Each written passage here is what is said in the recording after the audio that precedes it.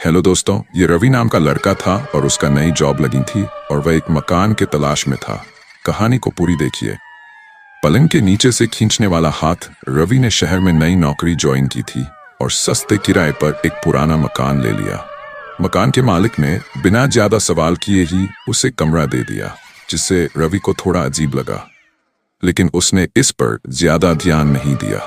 कमरा बड़ा था और उसमें एक भारी लकड़ी का पुराना पलंग रखा था। पहली रात जब वह सोने के लिए लेटा तो उसे ऐसा लगा जैसे कोई उसे देख रहा हो। उसने सोचा कि ये नया घर होने की वजह से उसका मन बहक रहा है, लेकिन आधी रात को उसकी नींद अचानक खुल गई। उसे लगा कि किसी ने उसके पैर को हल्के से छुआ। वह घबराकर उठा और मोबाइल की रोशनी से पलंग के नीचे देखा, लेकिन वहां कुछ नहीं था। हर रात बढ़ता डर। अगली कुछ रातों में भी यही हुआ। हर बार ठीक 2 बजे के आसपास उसे महसूस होता कि कोई धीरे धीरे उसके पैरों को छू रहा है या खींचने की कोशिश कर रहा है। अब रवि को डर लगने लगा था। उसने अपने दोस्त से इस बारे में बात की, लेकिन दोस्त ने इसे सिर्फ उसकी थकान का असर बताया। एक दिन उसने मकान मालिक से पूछ लिया, क्या इस घर में पहले कुछ अजीब हुआ है? मालिक थोड़ी देर चुप रहा, फिर बोला, नहीं, कुछ नहीं, तुम फालतू की बातें मत सोचो। लेकिन उसके चेहरे पर आई घबराहट रवि से छिपी नहीं रही।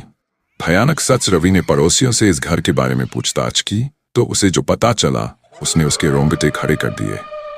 एक बुजुर्ग महिला ने बताया, इस घर में पहले एक लड़का रहता था।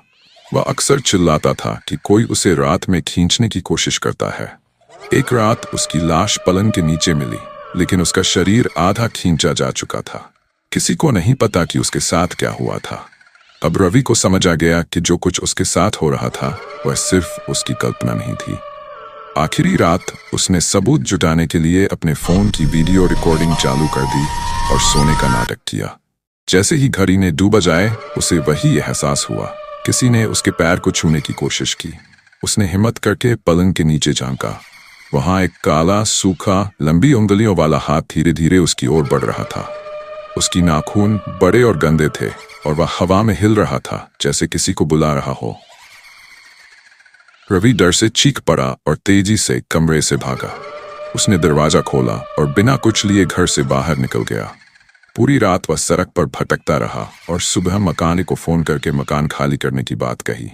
भूतिया पलंग का रहस्य। रवि ने जब अपने फोन की रिकॉर्डिंग देखी तो उसमें साफ दिख रहा था कि जैसे ही 2 बजे पलंग के नीचे से एक काला हाथ निकलता है और धीरे धीरे बढ़ता है। रवि ने वह वीडियो डिलीट कर दिया और कसम खाई कि अब कभी भी किसी पुराने मकान में अकेले नहीं रहेगा। लेकिन मकान मालिक ने फिर से एक नया किराएदार खोज लिया।